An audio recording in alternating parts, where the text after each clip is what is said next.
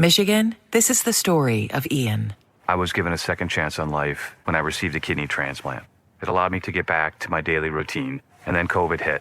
So when I heard about the vaccine, I was so excited to get it so that I could be protected, but I am one of the thousands of Michiganders who is unable to build up immunity. My hope is that everyone can live their lives to the fullest because we are all protected. Find your vaccine at michigan.gov/COVID vaccine. A message from the Michigan Department of Health and Human Services. Surprise the future with a Jesuit education from John Carroll University in Cleveland. John Carroll students prepare for the jobs of tomorrow with 70 academic programs with access to internships, service learning, professional training, and formative life experiences. John Carroll graduates become leaders, innovators, and problem solvers in every industry. Learn more about the John Carroll student experience and schedule your campus visit at jcu.edu/future. At SheFit, we know the fitness industry makes a lot of empty promises.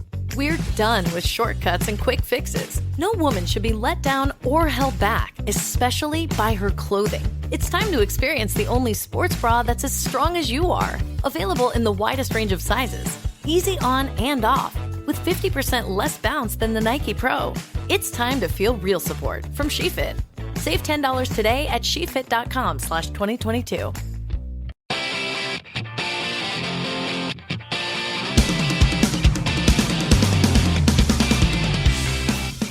This is the Anxiety Bites podcast, and I am your host, Jen Kirkman. Welcome to another episode of Anxiety Bites. I've got a fun one for you today. It's all about OCD and comedy. Now, I know I've had a comedian on. I had Chelsea on a couple weeks ago, and having another comedian friend on today. Now, this will not be a comedy mental health podcast. There's plenty of those. But every once in a while, someone from my personal life really stands out to me as, you know what, I do want people to specifically hear us chat. And my friend Andy Kindler, today's guest, had reached out to me when this podcast came out, and he was so excited about it. He loved it. I'm saying it in the past tense. I think he still loves it.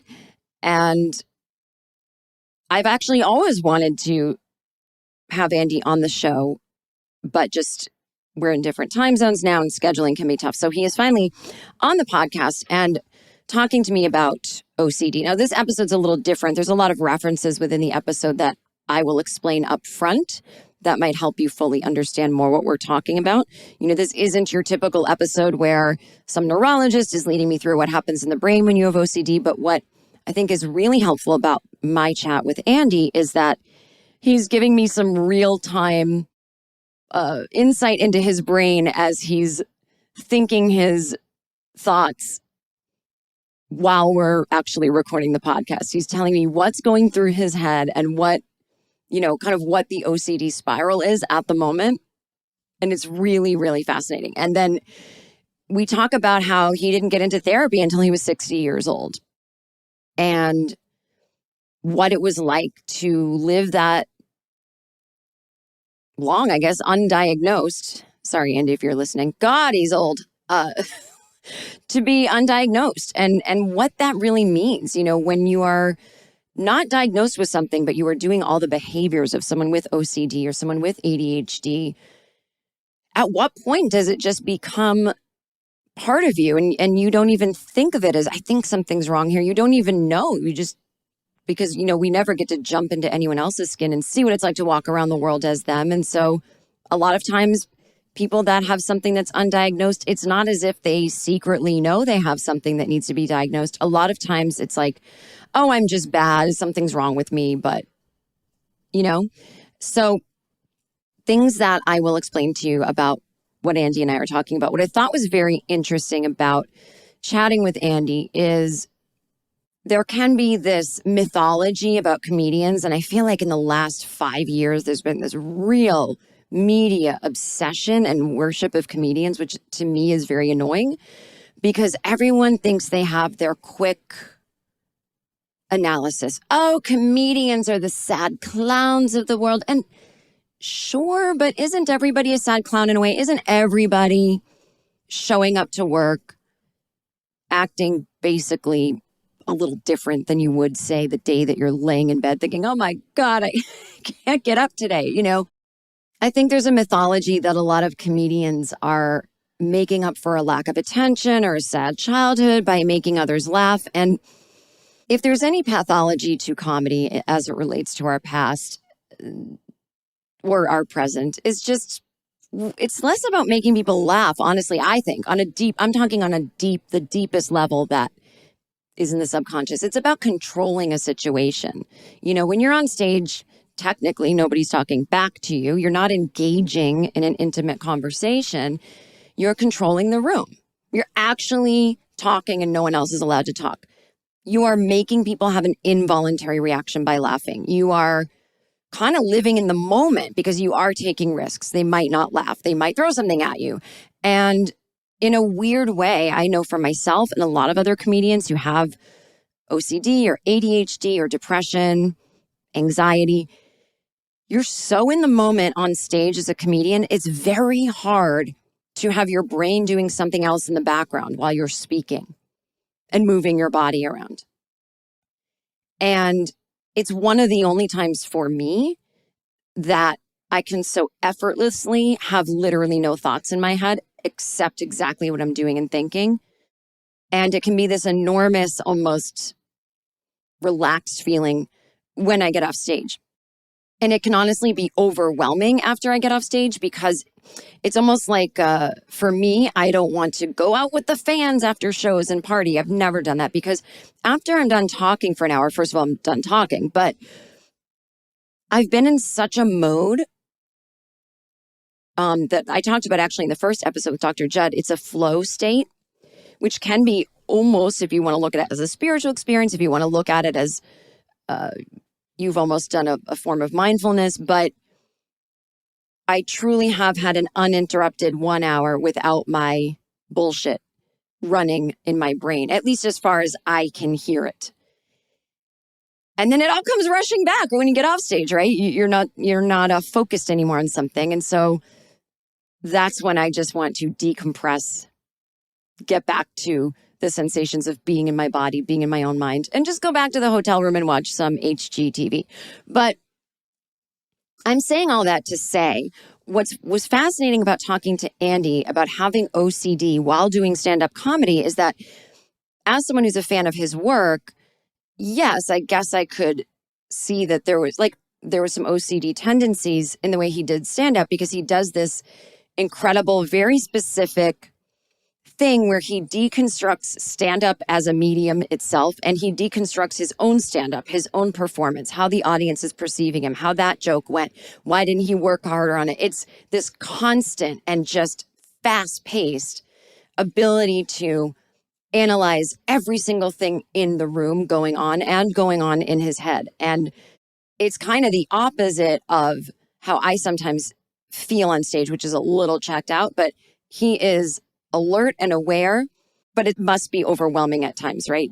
For me, that I when I think of that, I go, oh God, I don't want to be that aware when I'm on stage. And so in a way, unlike the sad clown trajectory, if someone has OCD, in a weird way, the way that I see it, the ability to be doing something and be constantly worrying became a style that came very easily to Andy for comedy. So yes, our pathologies do kind of define how we perform on stage in a way, and sometimes they don't. Sometimes they just totally don't. But so I was interested in talking to Andy about how the OCD affected his comedy and that sense of, well, wait, if I get help, will I lose my magic? And the answer is no, because the thing that is kind of informing your style can also really take you down in other ways.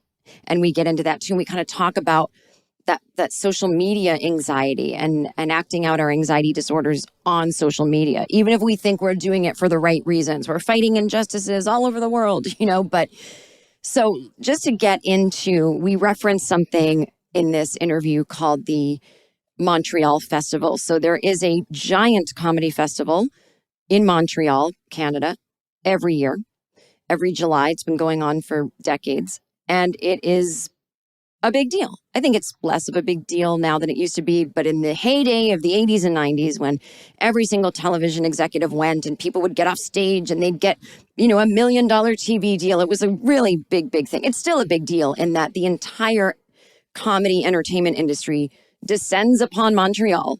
And you really cannot have a bad set up there because there will be agents and managers and TV executives and this and that. I mean, and then people gossip. So you can't screw up when you're there. And the festival lasts for weeks and weeks, and it's international. And Andy has been doing something there for 25 years called the State of the Industry. And it's like a takeoff of, the State of the Union address. And he gets up in front of hundreds and hundreds of people, and he makes jokes about the comedy industry. So, if there's a new batch of TV shows coming out that year, he'll make fun of it. He'll make fun of the most popular comedians. It's sort of the point is that it's not a roast like you've seen those shows where comedians pick. It's just him up there. And it is this, he is roasting people, I guess. But what's so interesting about his State of the Industry address every year is that you don't want to be in it, And there's a lot of people who are in it that can get really offended that if they're mentioned, even though Andy's punching up. They're the richest comedians. They're the most famous, but sometimes they're the most sensitive. And Andy, because of his OCD over the years that I didn't really know he was struggling with, was having a really hard time with his State of the Industry address in the sense that he wanted to make fun of certain comedians that were having sexual assault scandals and who were maybe, racist or something like that. And he felt it was all getting mixed up in his mind because part of his OCD is he'll explain it, but it would get mixed up in his mind as, but I'm right about this. And so it was like, it went from like just making silly jokes about people to like, I have to change the world with this speech, or I have to really prove that I'm right and that I'm allowed to say bad things about this person because they've done terrible things. And he just said that was where the OCD was kind of coming to a head. So if you hear us mention that, now you'll know what it is. So let's just get into it. If you're a fan of comedy, I think you will love the kind of insidery stuff about this episode. And learning what it's like to do a job that's all about using your head and your words and what your head is really doing kind of in the background, or your mind, I guess your head. I'm not a neuroscientist. Anyway, my guest today is comedian Andy Kindler. He has appeared a billion times on Everybody Loves Raymond. He has made dozens and dozens of appearances on Late Show with David Letterman. He is Mort currently on Bob's Burgers. He has a bunch of comedy albums. His latest album, called Hence the Humor, came out in 2020. And he is the co-host of a podcast called Thought Spiral with J. Elvis Weinstein. And you can get that anywhere that you get podcasts if you want to hear more thought spiraling. But for now, enjoy this Thought Spiral with my guest, Andy Kindler. Okay, so I hear this garbage truck outside, right?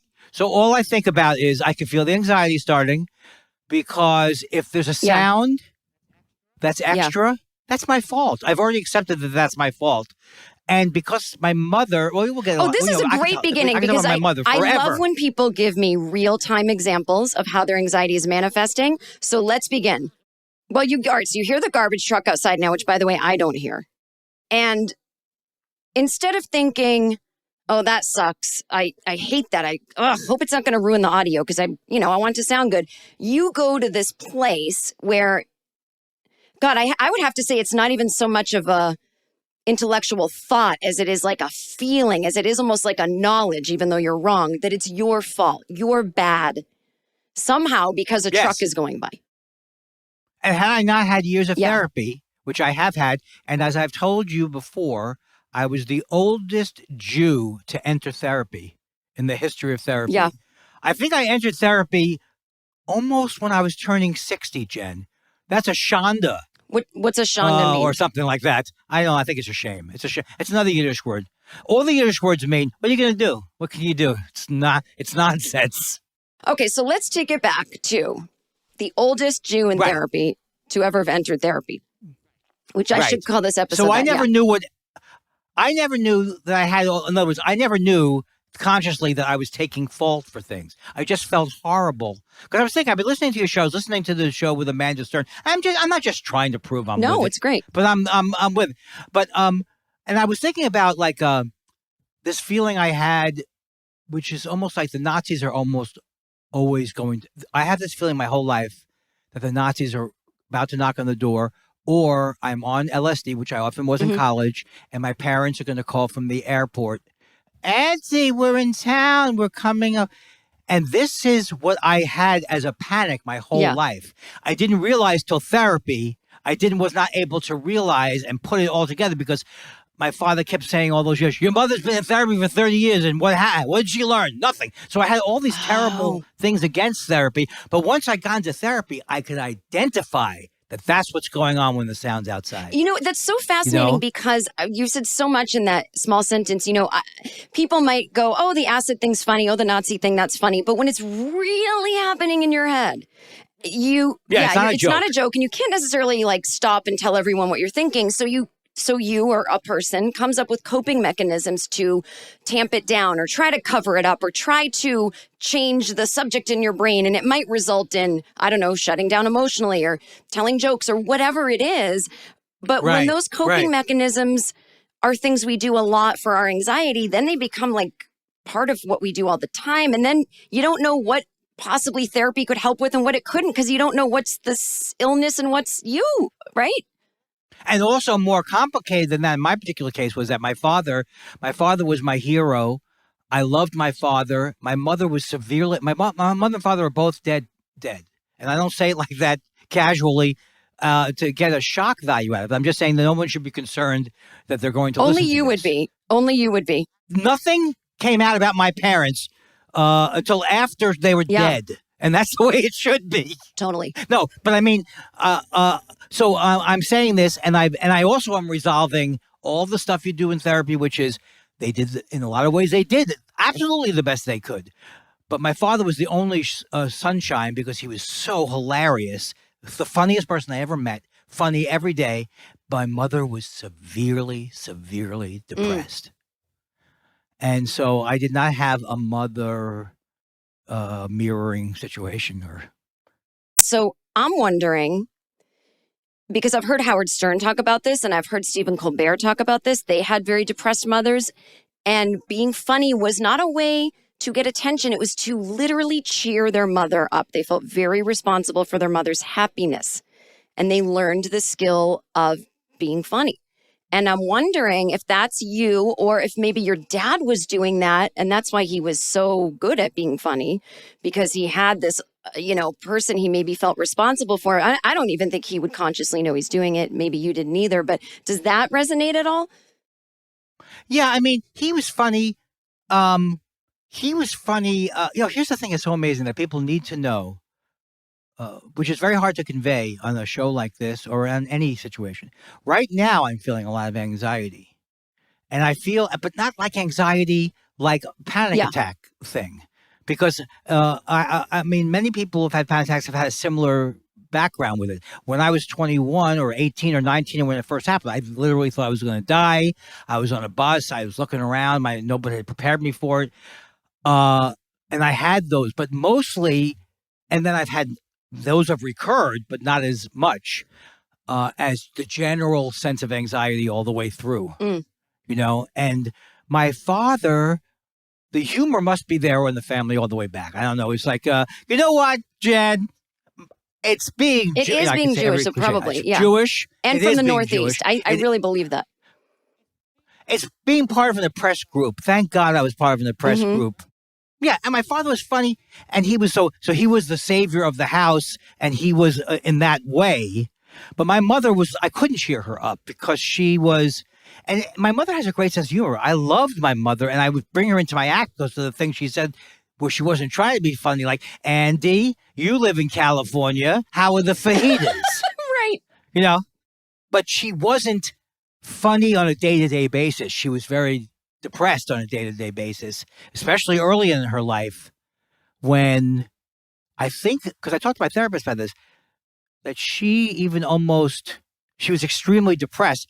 She was thinking she was hearing voices, but I don't think they were. In her case, I think it wasn't. My therapist explained sometimes severe depression can, and then later on she got Parkinson's and she did hear voices, which everybody does on Parkinson's, or many people do. Oh, that's scary. Yeah. She was, but it wasn't that cute. As I got older, it could be cute, making fun of her, and then the comedy definitely helped, and being funny helped. But in the early childhood, it was all my dad for the funny stuff. But I wonder if you looked up to him and said, like, wow, that's the man in the house who's like trying to help the environment. I'm going to emulate him. I was the youngest too, so I was trying to avoid all kinds of problems that my brother and sister went through. Yeah. Well, let's take it all back. So I want to start with your diagnosis. You said a little while ago, different than panic, but you had even anxiety now on this podcast. Now, why Yes. and what does it feel like and all that? Okay, what it feels like is that you hear that, right? No, you don't hear I don't. it. Okay. What it is that here's what I should have done. I should have known that on Tuesday or afternoon at 3, they do the trees for the people. And I should have called you beforehand. And I should have said, I have failed Jen in securing a studio. So no, that's I what would have happens when said you take, do the photos. podcast anyway, because we really can't hear it. And the producers clean up the That's audio. good. And I'm in a new building and they're always drilling. You know, it's fine. You can't hear it. So the anxiety now is in therapy, in life, at every moment, I completely forget what I've just said. Oh, that's tough. Now they've taken out some kind of a mixing tool. They are actually banging metal against metal cans out there. Andy, what is the point of that? I'm almost upset that we can't hear it because I think that would be so funny, but we really can't. But the thing is, the good news is that unlike a normal conversation, I have a plan and I'm steering you places. So I know you're so great. It's so great. I should relax because I have to remember everything you say. If you have trouble with that, this is the one time it doesn't matter. So there's that, if that helps. Okay. That really helped.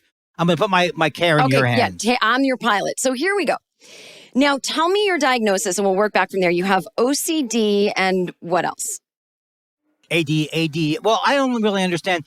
One of the things of my disease is, whatever you want to call it, that the ADHD, and the ADHD means that it's not, I don't know what the hyperactivity stuff means. All I know is that I have a serious ADD. So I don't know. It's like even the fact that they introduce the hyperactivity into it, my mind starts to break down.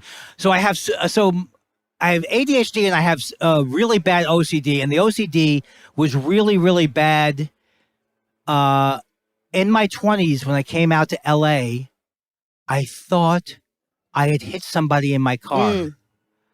And I would hear the sound, and then I would drive around the block, and then I would go, I bet they crawled into the bushes because I've hit them, and I'd look for them. I wouldn't get out of the car, but I would just ride all day with the horrible fear that I killed someone in the car, and it seemed totally crazy. Now, can I ask you, had you actually hit something, or no, you hadn't felt anything hit your car, right? I think it was like you do hit things in the car. You hit a curb, or you hit this, or you... Yeah, okay, I see. So you went in your head and went, it was a person, and now they're dying, and it's my fault. Right, so I put the jokes in my act about how, I would call the police station. Has anybody reported that there were tiny people walking around the street? Yeah. And are there tiny people, and have I hit one? Well, you know what's so funny about that, though, that I want to take apart is, I get the feeling it's so real, and it's driving you crazy, and you're driving around. But you don't get out of the car. So it's like something there tells me that the person doesn't really think they hit someone, right? Oh, no. You're absolutely right, because that's the other part of it.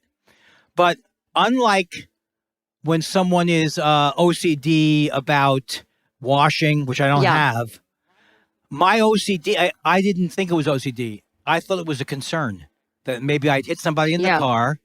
And even though I knew it was kind of crazy. And when I went to a free clinic, because that's all I could afford, it was 1970 or 1981 maybe. And she said she'd never heard of it. It doesn't seem like a good time for mental health. I mean, you say you didn't start therapy till you were 60, but you probably got in at the best time.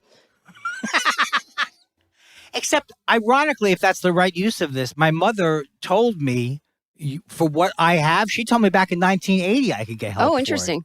But I wasn't listening to her. Well, because I was still in that therapy was crazy from my father. Of course. And how could you not? He was such a huge influence. And so, okay, so you go tell someone at the free clinic and they say what? They say, I don't know what you're saying. I have to check with the supervisor. I'm not kidding you. They said they had to check with the supervisor. Now, they were also a training, the free clinic, they were a training person too. But that's how little anyone had heard So did about. you say to them, I'm doing this thing, I'm driving around, I think I hit someone, but I think it's OCD. Did you use the term OCD? No.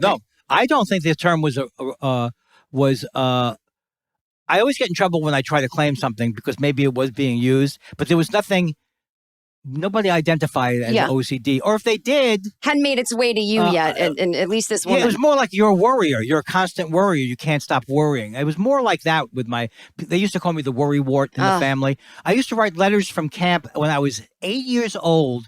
They sent me away to camp for 2 months, which they should have been arrested for. But I would send these letters saying, don't forget to pick me up. Don't forget. Are you going to forget to pick me up?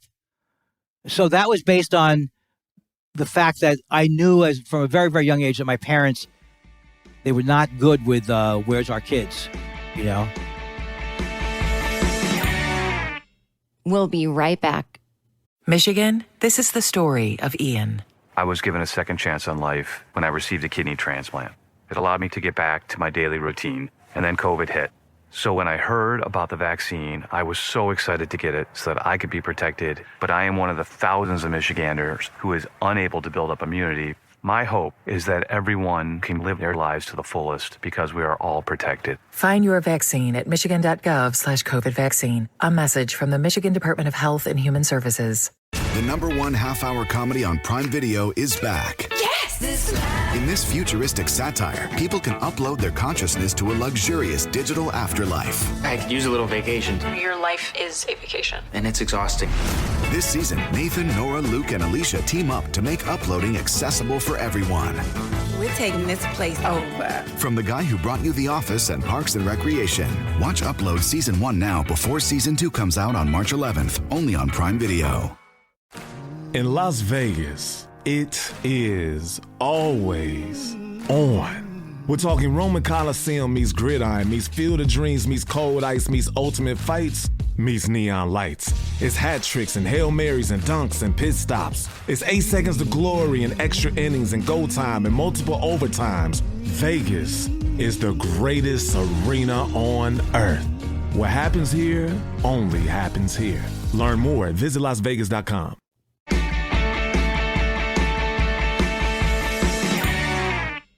But do you know what's so interesting about OCD, obsessive compulsive disorder? I feel like the average person does not realize a compulsion means that you mostly cannot control it. You have to do it ... or else another thing you believe terrible is going to happen. And you are trying, that is your coping mechanism, is the compulsion.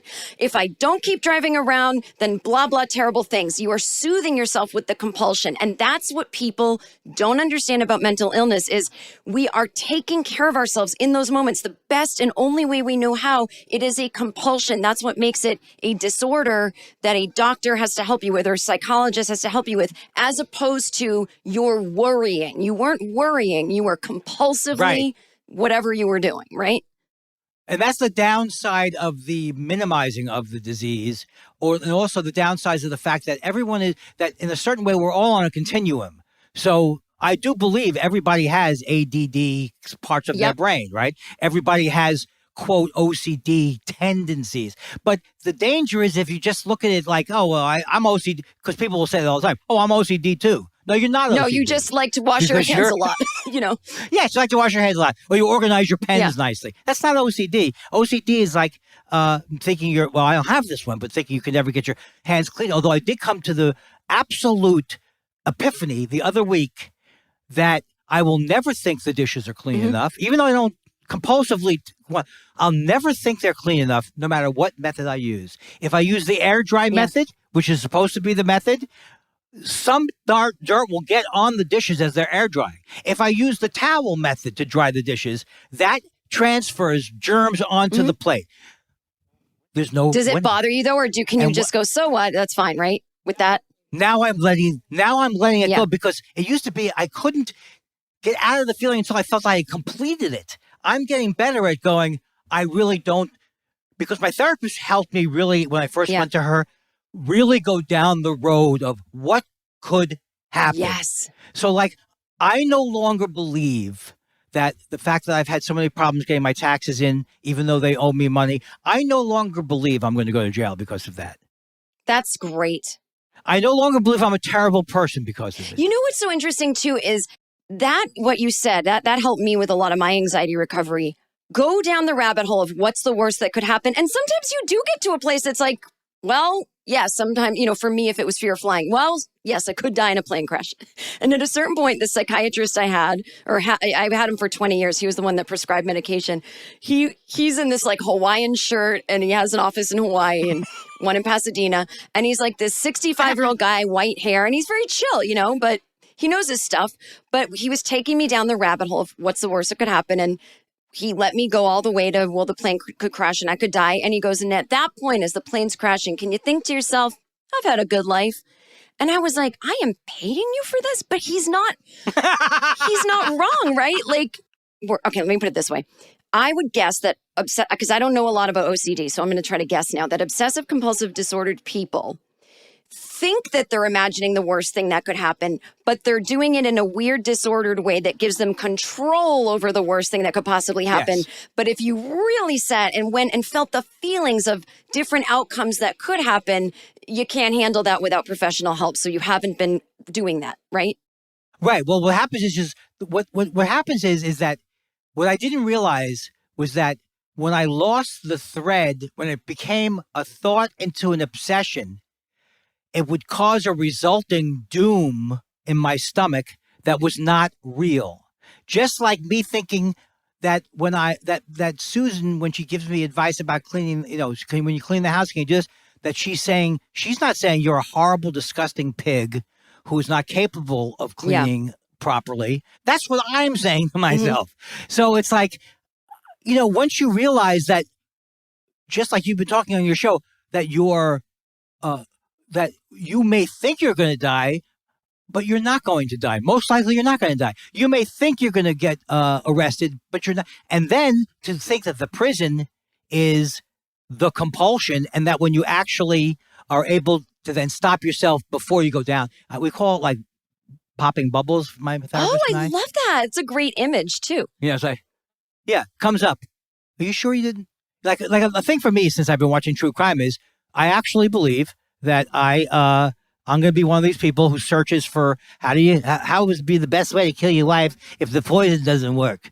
I've tried killing my wife 12 times. Oh, no, that's not what I'm scared of. I'm scared of, I watched a true crime thing about strangulation. So then I Google strangulation. Right. Right? Why would he be Googling strangulation? That's what I do. And if I don't stop it, it can go on forever, and I'm able to stop it. So in other words, like, you're worried that with the FBI or something, they're going to find your search and you're going to get put in prison for the murder of someone you didn't murder, kind of thing? Or just... That's exactly what it is. It's like, I know I didn't murder someone, but why would I... But why am I still talking about it? And so it's almost like, because my parents, my mom and dad were terrible about, you better not get in trouble. When I went to see Hair in New York City in 1968 at the age of 12, I got mugged, held up with a knife, hid in a store. I could not call my parents. We had to call my friend's parents. No, I had a similar thing. Would be dead. My parents, I got in trouble a couple of times, and I was so afraid to tell my parents because I just didn't want to deal with the reaction. And it's not like they were going to hit me or something. I don't know. I was like afraid of conflict or being yelled at. But they were fairly reasonable about it, maybe, right? I think they were pretty emotionally unhinged if I got in trouble. That's why I didn't get in trouble. But what it felt like to me at the time was if I can guess, is probably unconsciously it felt like if I can't call them because I did something wrong or got into trouble that wasn't even my fault, but maybe I could have had my head about me better.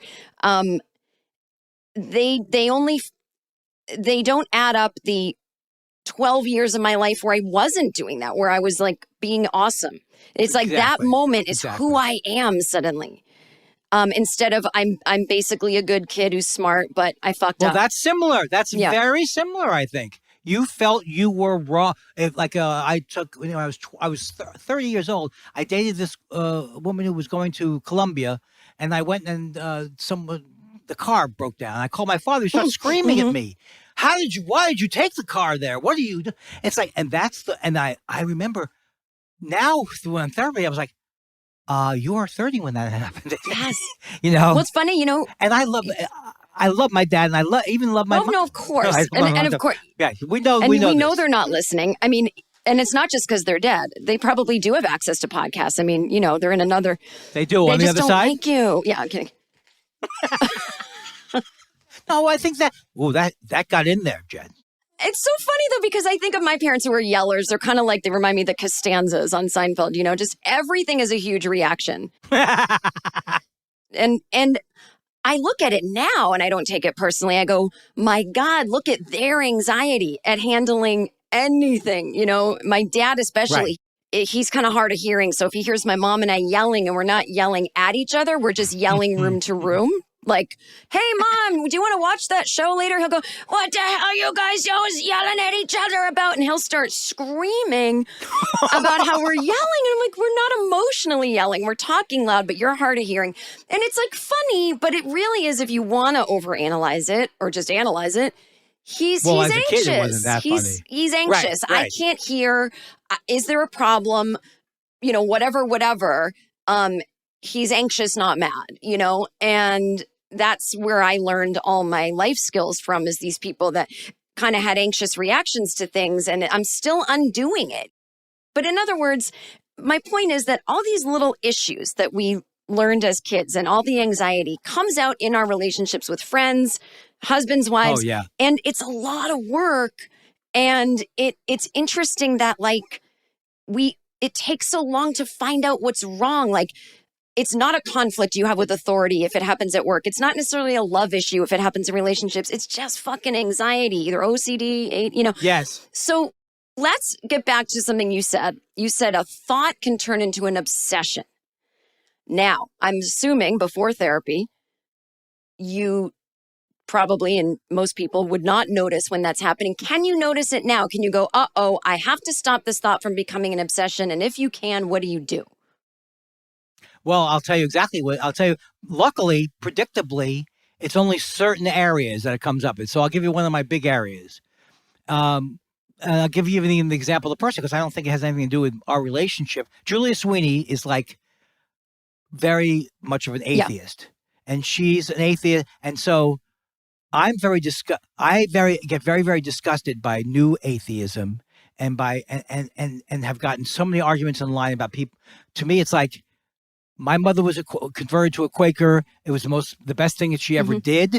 She didn't like being Jewish, and she got so much out of being Quaker. So I get into this part where I'm arguing with Julia Sweeney in my head, not online. I've had to argue with her before online, or people who are.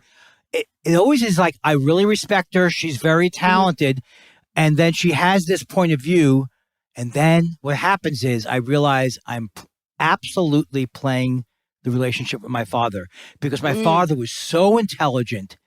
And when I was like 12 or 13 and I was like into hypnotism or whatever, he was like really arguing with me about any beliefs that I had, not just in God, but just like in the ability, let's say, you know how like women sometimes know when someone died, it's like, I still think we do know. People have that sense, they know. But my father was so down on that, and I took it to mean that I'm not as smart as him, and I'm not smart enough, and if I was smarter I would be an atheist, because I was accepted that was the logical thing. All my friends were doing it, and I hate it, but on the other hand, I hate it. And so all these people, these new atheists and all these people that I'm trying to argue with Julia about, but it's not Julia anymore. It's arguing with my father.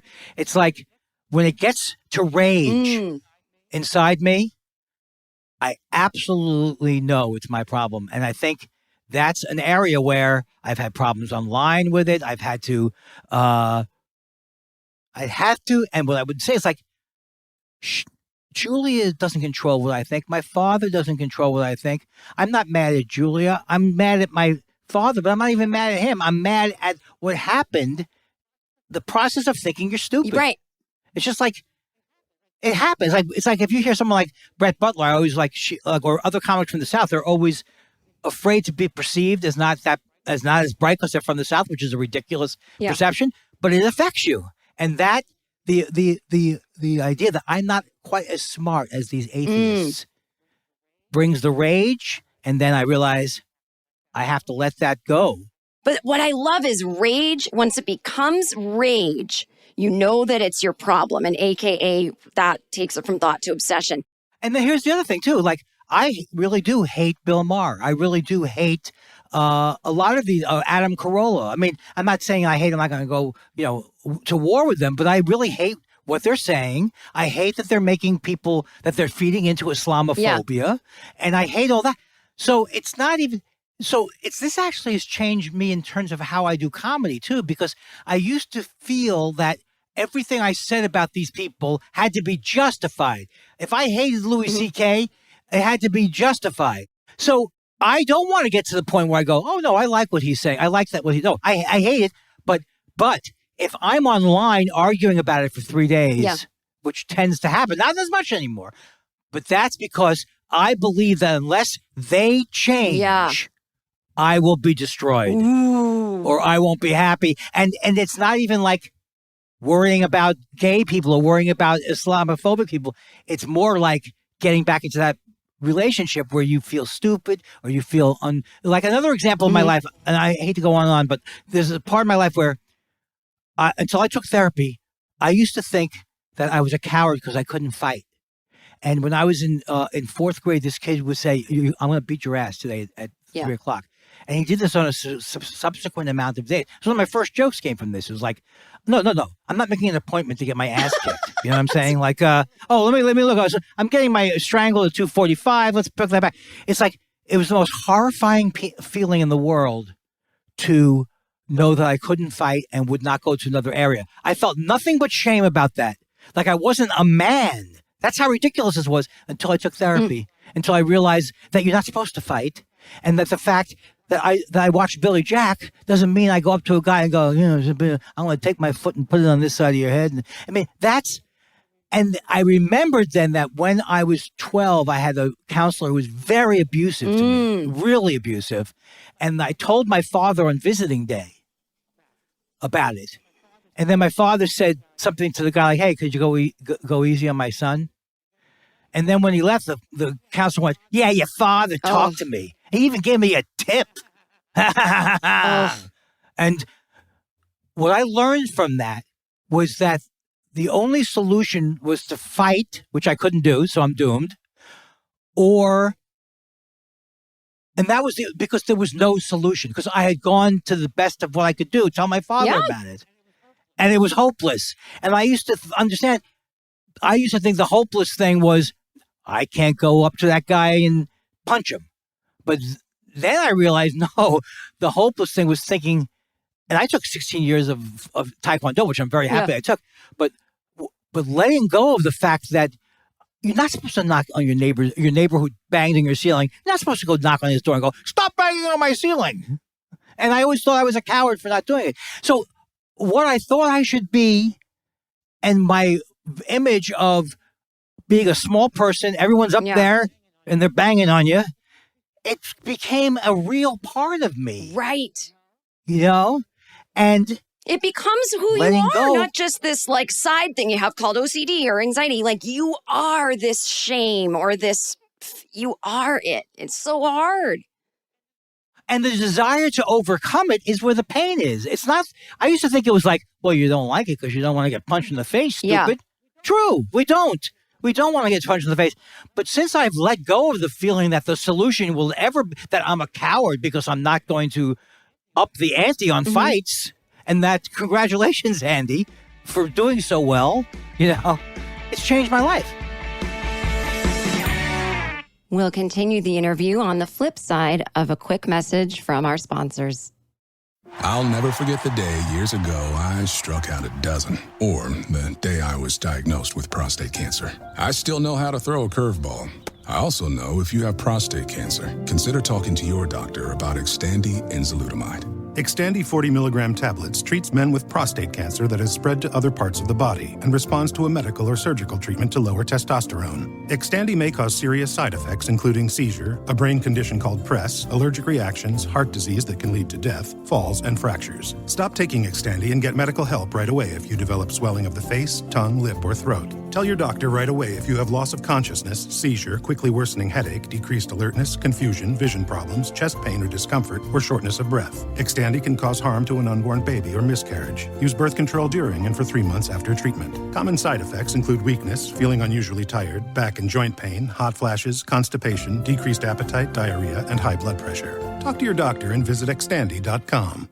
True or false? By 2028, the demand for tutoring is expected to grow into an $18 billion industry. True! True or false? You can open a new Huntington Learning Center franchise for as little as $150,000. True! True or false? Huntington is the nation's leading tutoring and test prep franchise with hundreds of locations nationwide and over 45 years of proven results. True! It's true. Franchising a Huntington is the perfect opportunity to run a business that's both personally and financially rewarding. We provide you with our award-winning formula for success. There is a tremendous need to help students, and the demand for tutoring and test prep continues to rise. If you dream about making a difference and owning a successful business, call Huntington Learning Center today at 1-800-653-8400 or visit huntingtonfranchise.com. Again, call 1-800-653-8400. New to CuriosityStream. Could a piece of Jesus' cross have survived for 2,000 years? Biblical relic or medieval forgery? A new investigation puts this potential holy fragment to the test on quest for the true cross. And python, viper, cobra. Asia has no shortage of snakes, but which one takes the crown for most lethal? Careful where you step. It's Asia's deadliest snakes. Watch now on CuriosityStream. Annual plans are $20, just $1.67 a month. Visit CuriosityStream.com.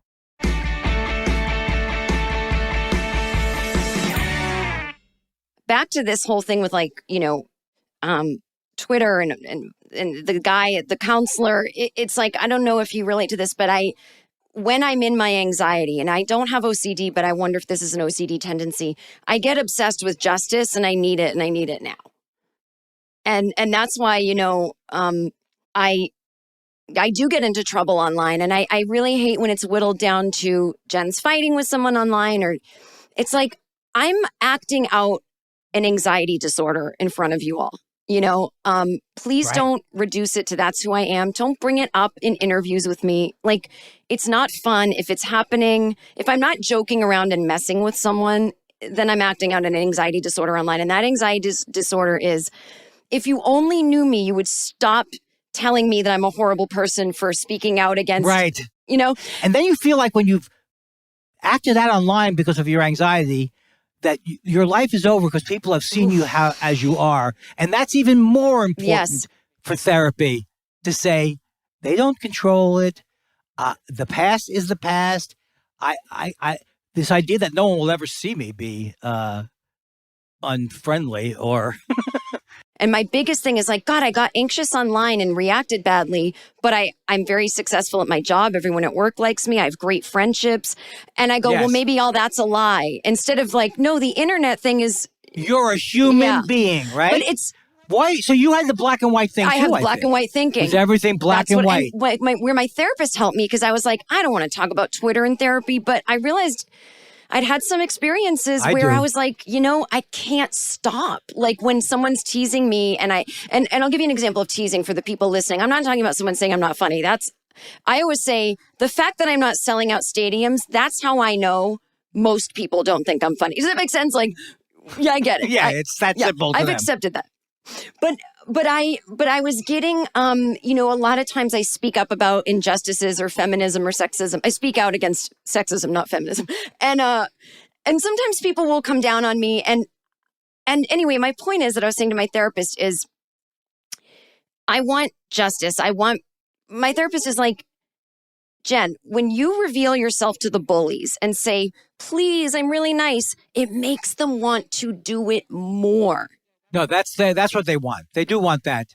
Well, it's funny, though, because we know this, right? Like people online, the average person will say, don't feed the trolls. That's what they want. And I go, no, you're wrong. But then when my therapist says it hits in my heart where she says, you're making yourself a victim, and they love a victim. And she goes, they like you because you're so open. That is your greatest gift, but it's also your biggest downfall. You've got to protect it. You can't. And she's like, I'm in the same boat, Jen. I'm in the exact same boat. But I think it's great, though, Exactly. because my therapist doesn't go, no, it's totally normal to do that online. She goes, that's not your best self. Right. Don't do that. That's no good. It's dangerous. The whole thing is such a trap. But I love Twitter. I love everything. I love Twitter. Twitter's not the problem, although it can be the problem. But it's the whole idea that you're talking to these people. It's just an unnatural way to relate. So it's going to get that way. So this is what I wanted to ask you. Yeah. How did you decide to go to therapy? I assume things must have been getting unmanageable to where you just felt you had no choice. Did your wife say you got to go to therapy? What happened? I think it was probably my father. When my father died in 2016, it was. I think it was more like the sense that I was slipping away. In other words, she could tell that I was just in this, whatever it is, arguing with a guy. Arguing with as I used to say in my, why does razor blade and apple have a problem with why does loves to serial kill 666 have a problem with my politics? So I did not realize that all of these things that I had fears of, because to me, the OCD got me to the point where I was frozen with things like taxes and and then I would hate myself and I was frozen. And so that's what I think that the feeling like I was really losing control with social media, losing control with my anger, and the OCD getting worse. And also, when I was 50, I took Adderall, which changed my life. That was even before therapy. Changed my life. I was on a plane. I took it. All of a sudden, my stomach upset went away. So it just changed. I thought, your stomach is upset when it's upset, and there's nothing you can do about it. That's how little I knew about my body and everything. Yeah. So Adderall, I think, started me to realizing that this thing I suffered from when I was 21. Oh, the other thing I want to tell you is it got better, that particular thing. That's what kind of stopped me from going, was like the hitting somebody in the car got better. Oh, okay. It got a little better. But so you didn't think of going to therapy, you mean, until later in life? Because yeah, that makes sense. Well, and now oh my God, it's the greatest thing I've ever done. Holy it's moly. funny, I totally can see that where the big ticket OCD item that the average person could go, I recognize that as OCD. I'm driving around, I think I hit someone. Once you're not doing that, I bet it's hard to recognize how it's part of who you are and it informs a lot of stuff. And, Well, also my comedy. Also the comedy, I would make fun of Leno or make fun of, and then I'd be worried that I would be in trouble and wouldn't get work from it. So then I began to say, I have to make the joke mean like I'm changing the world. I'm fighting Lenoism. And then I realized that's that black and white, someone that doesn't always have to get the schmaboopy in a joke. It can be a joke where the laugh comes from nobody getting hurt in it. But sometimes people get hurt in it, and sometimes you feel angry, and sometimes you want to make a statement. But when you're just not understanding it all, and I didn't understand it. So even doing the speech in Montreal was getting not harder, but everything seemed to be accelerating to a thing where I was further away from understanding the root cause, which was that I hated myself, or I wanted to, all these issues we've been talking about. I have to convince people about my that Islamophobia is bad, and so yeah, I think that's what really started me off onto getting more into myself. Well, I have so much to say about that. It's so fascinating. So, and I'm going to talk about in the intro so people will know when we're talking about, what you're really known for. We'll talk about the Montreal Comedy Festival. I'll talk about that you kind of are known for roasting other people in the comedy industry. So, well, I don't even need to explain it right now because they already know because I talked about it in the intro. But the fact that, so you're making Leno jokes and you're thinking, gee, he could come after me or I could not get work because of this, which is not Louis C.K. was even worse because before Louis C.K. thing happened to him, he was the most powerful man in the bit. It's like, it's so funny when people say, was he really using power? Oh, I guess he was, since I was scared to death of him. You know Before what I mean? his sexual assault allegations, you were making fun of him and you made fun of everybody. And people, I got a lot of blowback from his friends and all this kind of thing because it's set up. And that's made me think, well, it has to be more, I have to be more right. Well, that's what I'm fascinated by, that you didn't say, gee, I better deliver this in a more of a Don Rickles, hey, I'm kidding. Hey, idiot. Nah, I love you, I'm kidding. Like, instead of going, gee, I better make it clear I'm kidding, you went the other way, which is, I have to vilify them and sanctify myself. And it's like, that's hard to do. Because first of all, there's some people that are just never going to believe it. But also, like, it gets probably less funny, right?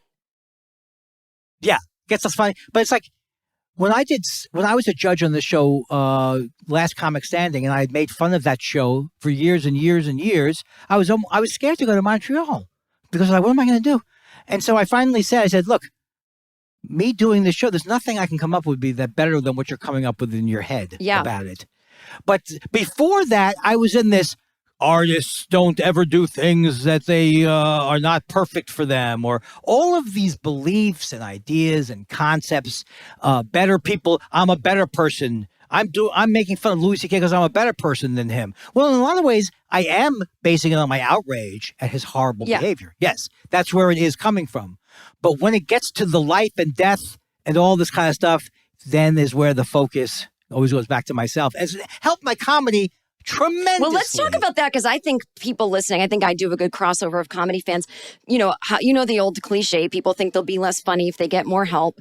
And, right. In terms of your OCD being just a part of you your whole life, and it just is how your brain works, it makes a lot of your comedy funny, because a lot of your comedy, I'm not explaining it to you, I'm explaining to the audience, is you getting ahead of what the audience might be thinking. And it's so funny. But of course, that only comes from someone with anxiety, and it's brilliant. But so how did going to therapy and learning new skills actually help your comedy?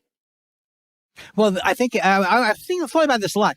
I think again, it's like not wanting to change the past. Had I gone to therapy when I first started comedy, I think it might have been way harder, because I didn't realize this when that was happening.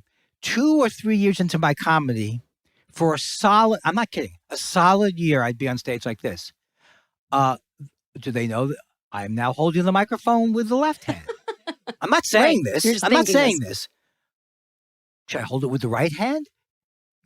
And not quite. I mean, I always was saying things that were uncomfortable, but not quite understanding that the act would generally be addressing, just like you do, the reality of the situation. I don't want to I sound like one of these guys, like, come to my master class. So now you're on stage pre-therapy and you're really narrating in your head. I wonder if they're noticing this. I wonder now post-therapy, or keep going. So I was scared to death when that happened. So if I had therapy then, I don't know, because I wasn't formed. The fact that I was formed as a comedian, it doesn't mean that I still don't think, what if you're not going to ever be funny again? It still doesn't mean I don't do all the OCD things you do. And part of that would be like, hey, should I bring attention to this? But then you realize when you're in therapy, that bringing it, my style never really changed. It wasn't like, I went on less tangents. Well, I think, I say this a lot on the show, and I'm sorry to the listeners, but I get emails from people who say, God, I had anxiety and I thought I beat it and now it's back. And they hate themselves for it. And it's like, dude, you never beat it. It's going to like be in remission. It's going to come and go, but don't hate yourself for it coming back. It was always there. It's just sometimes louder, sometimes quieter. So like you said, knowing you could go have a horrible set tomorrow, great. You're not going to hate yourself, you know? Right. And I'm also letting go. It's so hard to let this go, but letting go of it's a form of narcissism, because my mother was really a narcissist, but there's a narcissism, general narcissism that's built in to how we look at art and things like that, that we really, it's hard to separate from. I want to be everybody to say they love me. I want them to love. It's so hard to just realize that there really is no more. You know, I read Be Here Now when I was 21, but now I get it now more than I've ever gotten, because I was watching this special on TV with like David Byrne and Brian Eno, and Brian Eno was saying he saw art as more like gardening. So you're seeing it's growing on its own and you're shaping it. And it's never done. And it's literally is all about the process. Now, 20 years ago, I go, well, easy for him to say he's Brian Oh my God, Eno. I would have said the But same thing. You truth is- dismiss anything anyone successful says or what you deem successful because you're convinced But it's that the true. end result you Yes. see is why they have a perspective. And it's not. Even though all these people who have had millions of dollars and all of the success have been miserable, you know, you still want to kind of believe, yeah, but if I was a little more famous and people were worshiping me a little more, it would be better. It just wouldn't. And you know, I love what you wouldn't. said about the narcissism, because I heard a few things that I wanted to flag as like, let's talk about narcissism, because I think with any anxiety disorder, there's an accidental narcissism where we're constantly thinking about ourselves so that we can protect ourselves. And so when you were talking about like getting in fights online, because you might think this comedian, you know, is Islamophobic or sexist, it's not even that you're sitting around totally caring about the people that might be affected by their hate. Oh, right. That's right. That's even makes it, yeah. I'm not Martin No, Luther you're King. actually just I'm like, not- I need everyone to know I'm right about this and that person's bad. And that's like an accidental narcissism. It's not from a bad place. It is not. But it's like, it's so good. That's something I had to remind myself is like when I'm seeking justice, it's like, what am I actually doing for anyone else? And it's like, nothing. But, you know, but that's how you know, you're like, no, you're not a narcissist in the sense of you're a bad person. And I'm not either, but I can get in a narcissistic loop. Anxiety Bites will be right back after a quick little message from one of our sponsors. True or false? By 2028, the demand for tutoring is expected to grow into an $18 billion industry. True! True or false? You can open a new Huntington Learning Center franchise for as little as $150,000. True! True or false? Huntington is the nation's leading tutoring and test prep franchise with hundreds of locations nationwide and over 45 years of proven results. True! It's true. Franchising a Huntington is the perfect opportunity to run a business that's both personally and financially rewarding. We provide you with our award-winning formula for success. There is a tremendous need to help students, and the demand for tutoring and test prep continues to rise. If you dream about making a difference and owning a successful business, call Huntington Learning Center today at 1-800-653-8400 or visit huntingtonfranchise.com. Again, call 1-800-653-8400. When it comes to cold and flu symptoms, they're all pretty awful. So let's spin the wheel of symptoms. Here we go. Looks like you win cough and fever. Is that really winning?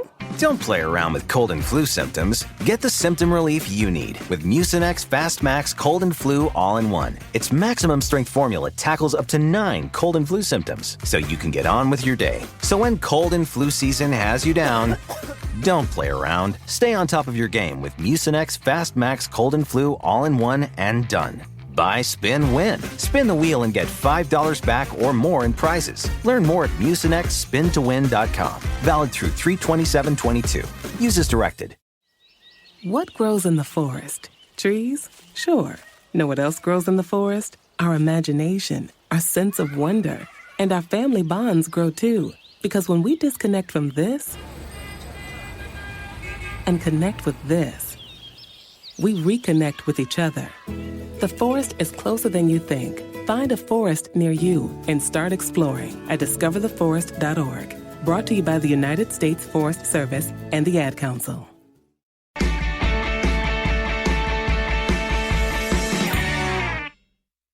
So you go to therapy, and do you notice, like, you seem to have gotten lucky right away. Like, you just went to one therapist, and she was the right one for you? The only therapist I ever went to. I was just so lucky. I was so lucky.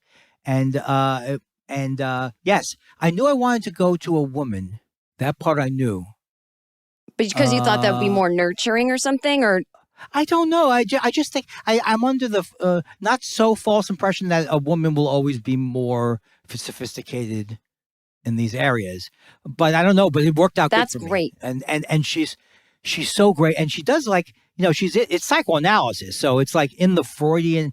It's not loosely in the Freudian thing. So I never thought that would help either. I didn't know, I had all these things like, I have to go, and maybe one day I will. I have to go take LSD and go through a guided thing. Because I do want to correct things that happened in my college where I thought I was going crazy from LSD, which turns out without a guide to help you through it, that's kind of what you are going through. You are going a little bit crazy. So I have all these things I want to do.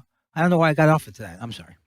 But I'm never going to be perfect, and I'm never going to be, and the desire to be perfect, and I have to really watch the part of me that wants to yell at myself, because my yelling at myself is really And it only bad. makes it worse for everyone around you. And I don't mean you, I'm just talking about in general. Right. But when we do these things that are hurting ourselves, it is that, like, it's too much. It's too extra, as the kids say. It harms other people around you. It makes them feel less seen. Now they don't think that you have any ability to hold space for them and their problem. It just really is snake eating its tail. It's like, oh, I didn't want to be that person. It's a lot. That's what the it's kids a lot. say. It's a lot. This is what I wanted to tell you, that where your OCD and my tiny occasional OCD tendencies do not match up. I don't like true crime murder stuff. I can't watch it. I can't watch anything where anyone's murdered. And people always go, oh, no, it's not violent. And don't worry, you live in a safe building. I'm like, I'm not worried about being murdered. I'm worried that if I learn too much about a murderer's brain, I will become a murderer. And I used to have a joke about it in my act. And I don't even know what's funny about it now because I don't remember the punchlines, but I remember the gist, which is if I learned too much about the mind of a murderer, I could become one and I could murder. Which would be fine if I snapped and went insane and murdered and stayed insane. That would be fine. But what if I snapped back and really regretted it? I would hate that feeling. Difficult. And I couldn't live with myself. So I just want to pretend that stuff doesn't exist. Well, the stuff on the murder stuff, like I've talked about this a lot. That when I was a little kid, in religious school, they showed Holocaust stuff at too early an age for me, and so it was just piles of bodies, and it was just terrible.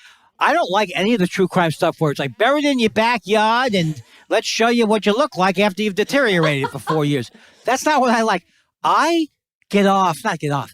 love, like, when you find out when they start to put the mind of a serial killer together, you start to see how on a little level ego, like in other words, the ego that could cause you to kill someone, really thinking the only way I will be worthwhile is if I'm famous from killing somebody. Oh. But all of that's in us. All of that ego is in us. So for me, I love it as a lesson about where your own mind could go without the worrying about being a serial killer. But and also I love the psychological parts. But they don't separate. They're not going to tell you what kind they're going to watch. You may not be able to get from the name Buried in the Backyard. You know what I'm saying? Like, I'm not even willing to turn anything on and see what kind of whatever it is. All right. So, Andy, here you are, your OCD, your anxiety disorder, your panic attacks. How are you looking forward to the future? How are you looking forward to, I don't know, even this year, let's say, where the pandemic's raging? I know you've been very careful. Do you find that this was a good year for you to kind of like get to I don't know, the reset is not the word, but just kind of have permission to stay in? Like, I kind of felt that way last year. Like, I'm glad I have permission to slow down. I am in exact agreement with you. I really do believe that so much of my pain in life comes from speeding up, just going too fast. When I go too fast, I literally don't know what I'm doing. So that's, it can be spilling coffee to going down the. So I feel like maybe it's aging, whatever. I've really gotten over the ambition thing, which I can't think I got over even 15 years ago. I'm over it. And I'm into I wouldn't mind going shopping for plumbing supplies with my wife. I'm excited about the garden she's putting out. I mean, it sounds like I'm making it up, but I really have this, like, I want soup. We're going to have soup today. And I think that is the advantage of this climate that's been happening now. But I also wanted to let you know, I'm also, so people would know, since it's this kind of show, I'm also on Prozac, which has saved my life in many, many ways. Yeah, the Prozac is very good. I'm not saying you have to be on it, but for OCD, it is interesting. It has been a lifesaver for me. You seem to really get a lot from cognitive tools. Just listening to your show, it's like you don't say to yourself, I don't want to hold my breath for 4, let it out in 8. A lot of people are closed to that, just that Yeah, part of I'm it. very lucky. You seem to have a joie de vivre. I'm very curious, and I was always like stubborn. I used to, my anxiety and panic used to be an identity, and I was very much like, that can't help me, and I didn't realize that was a form of narcissism. And so now that I'm like not unique, and I have, things that everyone can have, it's so much better, and I'm just so curious, and I want to. This kind of stuff excites me. Like I'm with you on the ambition thing. I don't even feel like doing comedy anymore. I like doing this. I like reading books. I like just relaxing. And like you said, with the absence of anxiety, I can be in the moment for the first time in my life. And even though I've been in therapy a long time, I didn't really know what to work on until maybe 7 years ago when I turned 40. So I, as someone who's been in it since they were in their 20s, it didn't really do anything until I saw how it was really messing up certain things in my life. It has to be the right relationship too. Yeah. It just is very strange. I mean, it's hard in a way. I think you'd appreciate this, and then we'll end after this. I had a therapist who thought I was anti-Semitic.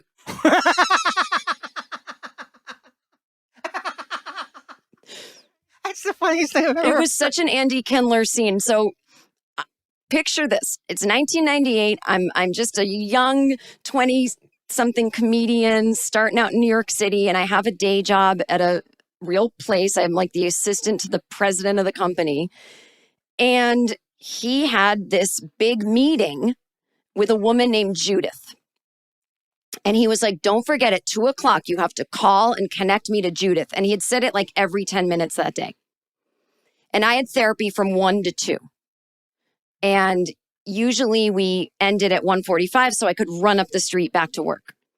So here I am sitting in therapy, and I'm so in the moment that I don't realize it's about, like, we went over and it's like 5 minutes to 2, and I'm like not going to be able to connect the call to my boss and Judith, and I'm going to get in trouble. And that's all I'm thinking about. So I'm writing the therapist the check from my checkbook, and her name was like Dr. Shirley Smith, and I wrote Dr. Judith something, and she takes the check and she goes, Judith? As in Jewish? And I said, no. She goes, because I am Jewish. And I said, yeah, okay. And she's like, it was very subconscious anti-Semitism. Because my last name is, was like Goldberg or something. I was like, no, I'm thinking about Judith, this call I have to connect right now. She was like, I don't have time to get into it, but just look at that. And I was like, That's the worst. That's the worst story. And then I've I went ever back to her one more time, and she fell asleep during my session. And then when I said, I'm just worried I'm not going to make it in comedy, she said to me, well, are you friends with Robin Williams? And I said, no. And she said, you probably won't then. And I was like, what? She knew nothing about the business. She just thought, is Robin Williams someone that could help you? I go, well, I don't know him. She goes, you're not friends with him. I go, no. She goes, but you're a comedian. I go, well, I'm starting out. And she goes, well, I would think it's all about who you know. And if you haven't made it by now and you don't know Robin Williams, I mean, maybe you should look at other things. And I was like, this woman's crazy. And then she fell asleep later in the session. How long did you see her? 4 sessions. I that was the last one. Oh, okay. That was the last right. one. I can't believe I came back after she accused me of being anti-Semitic, but I think so I could explain that I wasn't. But well, also you should tell people that you did spell Judith J-E-W. okay, I told you that in confidence. Because you thought that's what you thought it was. I hope it just, Andy, because this is not normally a comedy podcast, I have to say, we're kidding, just in case the audience is like, did she? We are kidding. No. Also, I'm Jewish, so come on. Would you have me on? No, you're my cover for my anti-Semitism. So let's say you're looking forward to the future. What can you tell us you're excited about in your journey of getting healthier? I don't, it's a weird way to end it, but I want you to inspire people right now. People, that person listening that goes, I can't be helped with my OCD. Well, I'll give you a couple of things. I have become a walker, as I mentioned, maybe I mentioned that. I walk, and it's changed my life.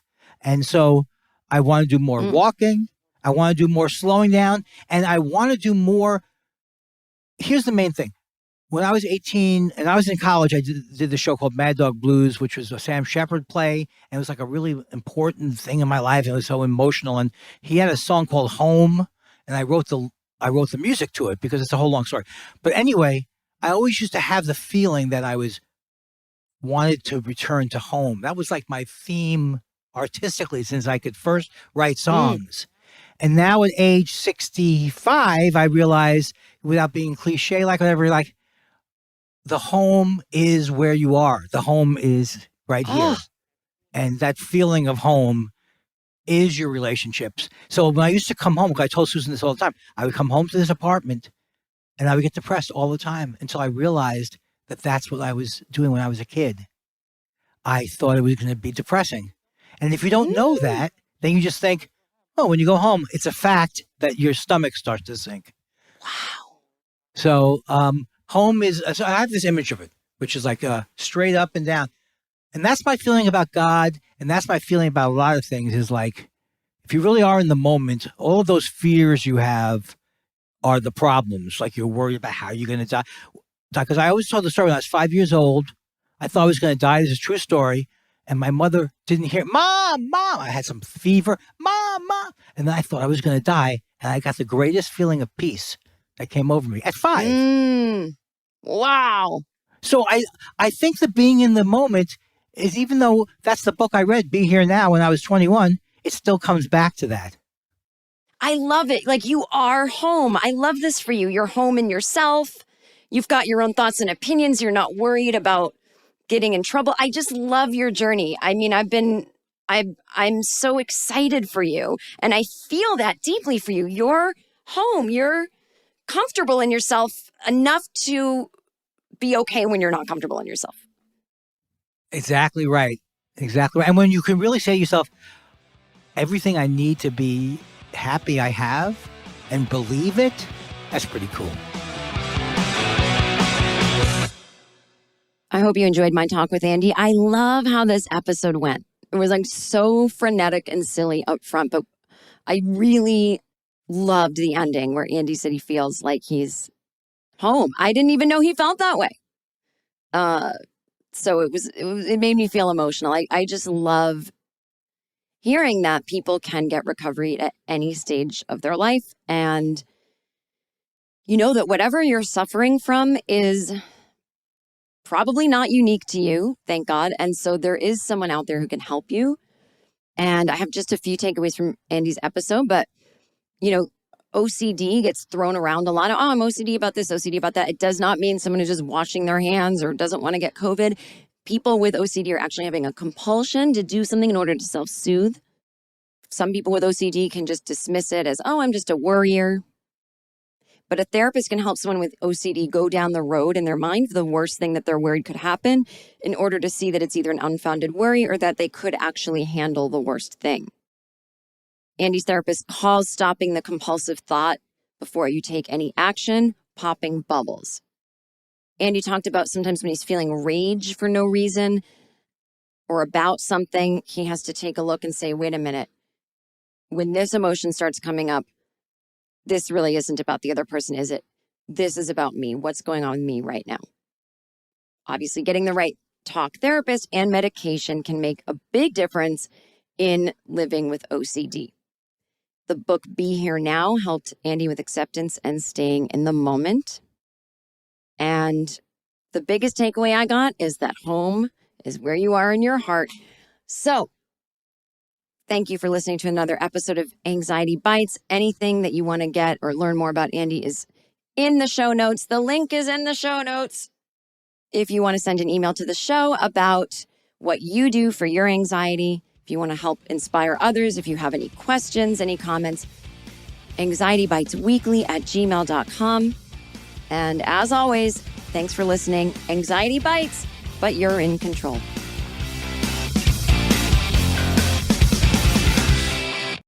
For more podcasts from iHeartRadio, visit the iHeartRadio app, Apple Podcasts, or wherever you listen to your favorite shows. When it comes to cold and flu symptoms, they're all pretty awful. So let's spin the wheel of symptoms. Here we go.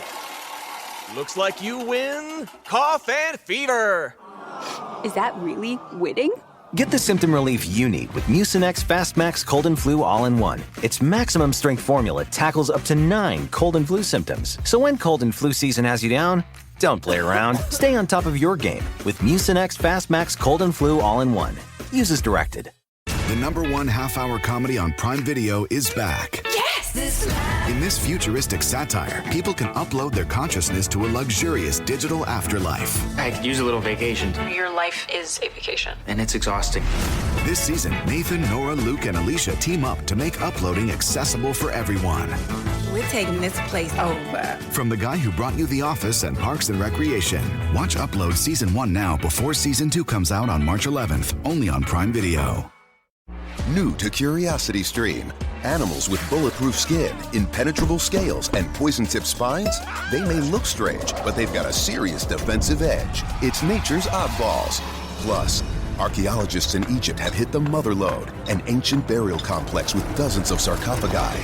Who were they? Explore this newfound necropolis on Tombs of Egypt. Watch now on CuriosityStream. Annual plans are $20, just $1.67 a month. Visit CuriosityStream.com.